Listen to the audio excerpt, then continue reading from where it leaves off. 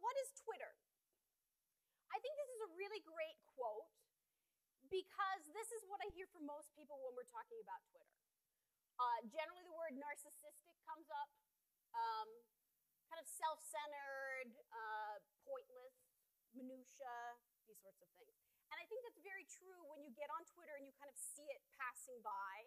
It's like a river of information, and most of it seems very superfluous and ridiculous.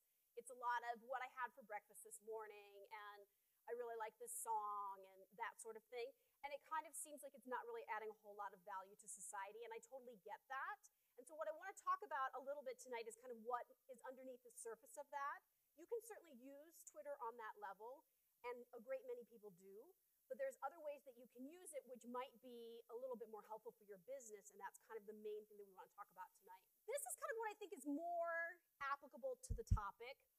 The Kane Manifesto is a very great book to read if you get a chance to read it. It was written some time ago, which I'm not talking about like 1960, but it was talking, it was written before social networks were kind of the big topic. And what's interesting about the book is that a lot of the stuff that's in the book is applicable to what you're seeing now. And there's a lot of focus on this human conversation kind of being the foundation of the exchange of information on the internet. And what you're looking at is kind of way back in the day, we're talking way back in the day, there was the marketplace, right? And there were some people with some cows, and there were some people with some vegetables, and people with some shoes. And you went into the marketplace and you said, I'd like a cow. And the person said, what kind of cow? And you'd get your cow and you'd go home. And what happened is as we became an industrialized society, we got kind of further and further and further away from the cowman. There were levels of kind of bureaucracy that got built up between you getting your cow. And as that happened, people kind of became less and less able to have a conversation between the two people when you're making an exchange of information. And as the further and further people got apart, the more marketing messages became about the push of information. So what it's enabled people to do is say, I could really use a cow, and a company saying, I have cows, let's have a connection and talk about that. And people are so excited to finally have people listening to what they say.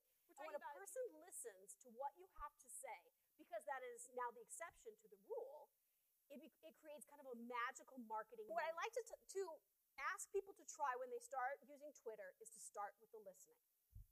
Because if you were going to go to a large party, you would not walk into the party and say, hello everyone, I have arrived, and I am awesome.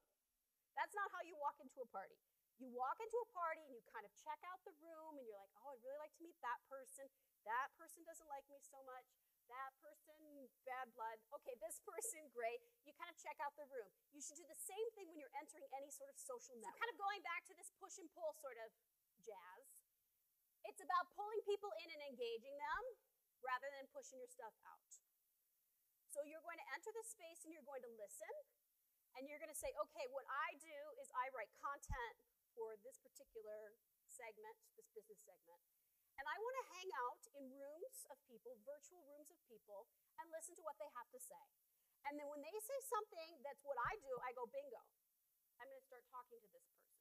And not in a gross way, like, hello, person, I happen to notice that you're talking about what I do, and I'd like to present my sales message to you, but in a very nice, organic way. Comment I was just talking to you about. Researching via @replies, so what I was talking about earlier, like I went to this great conference and I heard, or I will say I was on this great conference call with Brian Solis. He's talking about some really amazing things. People saw that and they're like, who's this person? And they started following him because they're like, wow, if Jennifer+kane's really jazzed about this person and I'm jazzed about her, then that's got to be somebody that I might want to follow, or at least check out. Again, you're not getting married. If it's a bad match, just move on. And you can also join groups, different professional kind of congregations or tribes of people that have different topics. So here's why I think it works. Killer app, structure, follower structure, link sharing, real-time searching.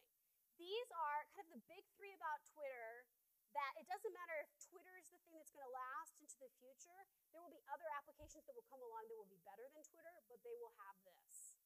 And I think this type of form of communication is here to stay. It has created a level of transparency and intimacy and connections with the people that you do business with that people are hungry for. And I don't think they're going to be eager to give it up again and say, yeah, why don't you just blast me with crap all day long?